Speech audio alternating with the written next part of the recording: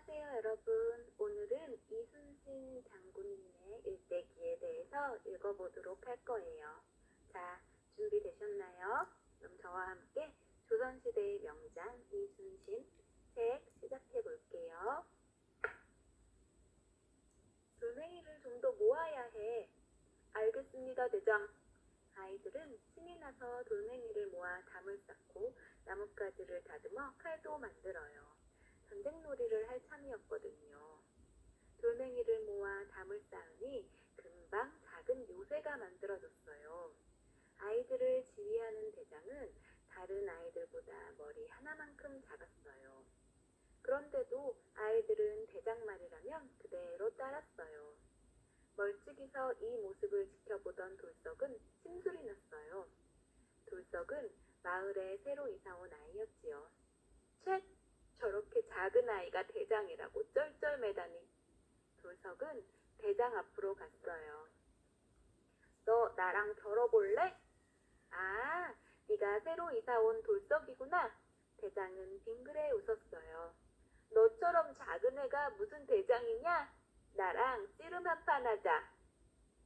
너랑 씨름을 하면 분명히 내가 질 거야. 대장의 말에 돌석은 코웃음을 치며 으스댔어요. 그럼 그렇지.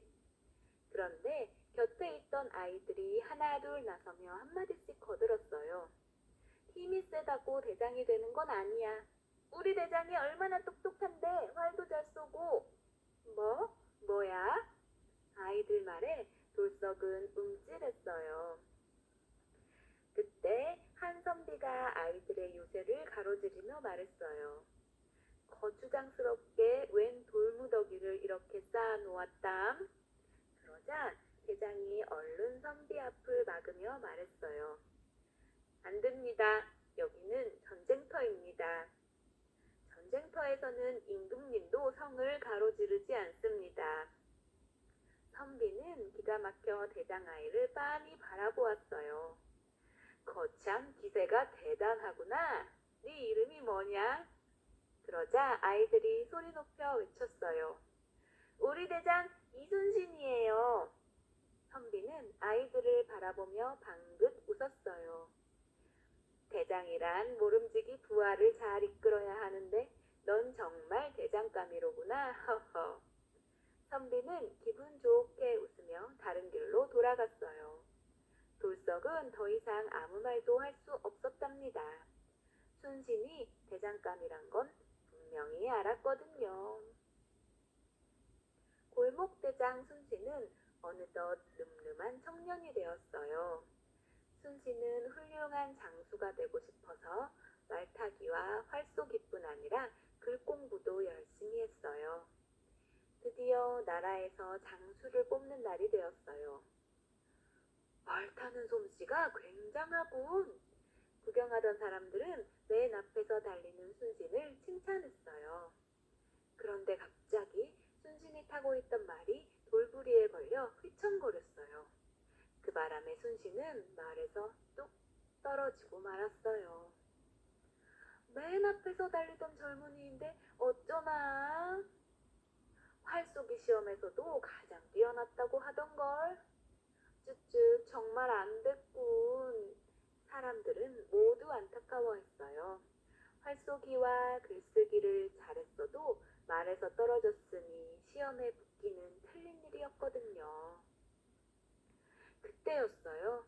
쓰러져 있던 순신이 비틀비틀 일어서더니 옆에 있던 버두나무의 껍질을 벗겼어요. 그러고는 나무 껍질로 피가 흐르는 다리를 칭칭 동여맨 다음 다시 말에 올랐어요. 시험관이 순신에게 물었어요. 말에서 떨어졌을 때 이미 시험에 붙을 수 없다는 걸 알았을 텐데 왜 다시 말에 올랐는가? 순신은 공손하게 말했어요. 1등을 못한다 해서 달리는 것을 멈출 수는 없습니다. 언제나 최선을 다해야 한다고 생각합니다. 순신은 장수로 뽑히진 않았지만 실망하지 않고 다시 열심히 공부했어요. 물론 말타기와 활쏘기 연습도 열심히 했고요. 몇 년 뒤 순신은 무관시험에 당당히 합격했어요. 순신은 맞는 일마다 최선을 다해 전라도 앞바다를 지키는 군대의 좌수사가 되었답니다. 왜구의 공격을 받아도 끄떡없는 튼튼한 배가 없을까?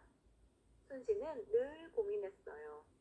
그러다가 문득 단단한 껍질을 가진 거북을 생각해냈어요. 순신은 거북의 모양을 본떠 겉에다 단단한 철갑을 두른 거북선을 만들었어요. 그리고 언제 쳐들어올지 모르는 왜구의 침략에 대비해 군사들 훈련도 강하게 시켰지요. 얼마 뒤 왜군이 쳐들어왔어요. 자, 모두 나를 따르라. 순신은 군사들과 함께 거북선을 몰고 바다로 나갔어요. 무슨 저런 배가 다 있지? 그러게, 머리는 용 모양인데 몸통은 꼭 거북 같잖아. 왜군은 거북선을 보고 비웃었어요. 그러나 얼마 안가 모두 벌벌 떨기 시작했지요. 왜군의 배가 거북선에 슬쩍 부딪히기만 해도 모두 부서져 버렸거든요. 공격하라! 왜군 대장이 힘껏 소리쳤지만 왜군은 도망치기 바빴어요. 그러자 거북선 안에 있던 우리 군사들이 공격을 퍼붓기 시작했어요. 다급해진 왜군은 뒤도 돌아보지 않고 주랭랑 쳤지요. 만세! 우리가 이겼다! 이순신 장군 만세! 우리 군사들의 사기가 하늘을 찌를 듯 했어요. 왜군이 물밀듯이 쳐들어왔지만 순신과 군사들은 용감히 싸웠어요. 이순신이라면 자다가도 만세를 부르겠군. 이순신을 저대로 놔두면 안 되겠어. 순신의 명성이 높아지자 질투하는 사람들이 생기기 시작했어요. 그리고 나쁜 마음을 먹은 사람들이 순신을 모함했어요. 임금님께 거짓 상소를 올려 순신을 죄인으로 만든 거예요. 순신은 그만 옥에 갇히고 말았어요. 순신이 갇히자 다른 장수들이 바다로 나가 싸웠어요. 거북선을 끌고 나갔지만 싸움마다 지고 말았지요. 제발 이순신 장군을 풀어주세요. 우리 바다를 지킬 사람은 이순신 장군뿐입니다. 백성과 군사들은 순신을 풀어달라고 애원했어요. 마침내 순신은 풀려났어요. 그러나 배들은 이미 다 부서져 단 12척만 남았고 군사들의 사기는 한없이 꺾여 있었어요. 모두 일어나라! 우리가 힘을 모으면 못할 일이 없다. 순신이 돌아오자 군사들은 다시 기운을 차렸어요. 남은 무기를 살피고 부서진 배를 고쳤지요. 그때 한 군사가 달려오며 소리쳤어요. 100척이 넘는 왜군의 배가 명량 바다로 몰려옵니다. 군사들은 잔뜩 움츠러들었어요. 우리에게 남은 배는 단 12척입니다. 무슨 수로 적을 이기겠습니까? 순신은 골똘히 생각한 끝에 꾀를 내었어요. 내 말대로 하면 12척의 배로도 적을 물리칠 수 있다. 순신은 물살이 센 곳에 덫을 놓고 군사들을 이끌고 나갔어요. 왜군의 우두머리가 탄 배를 먼저 공격하라. 순신의 말대로 우두머리가 탄 배가 쓰러지자 왜군은 급히 도망치려 했지요. 한 놈도 놓치지 말고 덫이 놓인 바다 한가운데로 몰아 넣어라. 배가 물살 빠른 곳으로 몰리자 왜군은 허둥대기 시작했어요. 이때다! 덫을 올려라! 왜군은 덫에 걸려 모두 물속으로 가라앉고 말았습니다. 우와, 이겼다! 12척의 배로 왜군 100척을 물리쳤다. 군사들이 감격하여 소리쳤어요.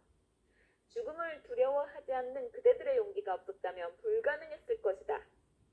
순신은 모든 공을 군사들에게 돌렸어요. 승리의 소식이 전해지자 순신이 이끄는 군대로 백성들이 몰려들었어요. 장군의 군대가 있는 곳이 가장 안전한 곳입니다. 백성은 식량을 내놓기도 하고 나라를 위해 기꺼이 자신의 재주를 쓰겠다고도 했어요. 저는 무엇이든 잘 만듭니다. 무기를 만들겠습니다. 저는 무엇이든 잘 고칩니다. 부서진 배를 쏜보겠습니다. 곧이어 수백 명의 젊은이가 군사훈련을 받겠다고 찾아왔어요. 그래, 우리 스스로 나라를 지키겠다는 굳은 마음만 있다면 두려울 게 없다. 순신은 더욱 힘이 났어요. 새로 온 젊은이들을 부지런히 훈련시키고 군대를 다시 튼튼하게 만들었어요. 전쟁이 계속되자 백성의 고통은 이루 말할 수 없었어요. 하지만 꿋꿋하게 왜군에 맞서 싸웠어요. 도망갈 때 가더라도 이순신의 군대는 꼭 쓰러뜨려야겠다. 번번이 순신에게 당하기만 한 왜군은 노량 앞바다에 모였어요. 왜군의 배는 무려 500척이 넘었지요. 하지만 순신과 군사들은 겁내지 않고 나아갔어요. 둥둥둥둥 마지막까지 있는 힘을 다해 싸워라. 목소리와 함께 순신의 힘찬 후령이 떨어지자 군사들은 일제히 앞으로 나갔어요. 와! 군사들은 용감하게 대포를 쏘고 활을 당겼어요. 도대체 이순신 군대는 어디서 저런 용기가 나온단 말인가? 왜군은 화가 나 마구 총을 쏘아댔어요. 그때였어요. 총알 하나가 순신의 왼쪽 가슴을 뚫고 지나간 거예요. 아, 장군님! 장군님! 한 군사가 쓰러지는 순신을 부축하며 소리쳤어요. 조용히 하고 방패로 나를 가려라. 네? 지금 싸움이 한창이니 아무에게도 나의 죽음을 알리지 말라. 군사는 아무 말도 못하고 눈물만 흘렸어요. 그 자리에서 순신은 조용히 숨을 거두었습니다. 그런 줄도 모르고 군사들은 용감히 싸워 왜군을 모조리 무찔렀어요. 만세! 이겼다! 군사들은 승리의 기쁨을 누리며 힘껏 소리쳤어요. 장군님 만세! 군사들은 신이 나서 순신을 찾았어요. 하지만 순신은 이미 눈을 감은 뒤였지요. 그 소식을 듣고 온 나라가 슬픔에 잠겼어요. 이순신, 그대가 목숨을 바쳐 나라를 구했구려. 임금님은 순신에게 충무공이란 시호를 내려주었어요. 그리고 무덤 옆에 현충사라는 사당을 지어 순신의 넋을 기리게 했어요. 이순신의 나라를 사랑하는 마음이 많은 사람에게 전해지도록 말입니다.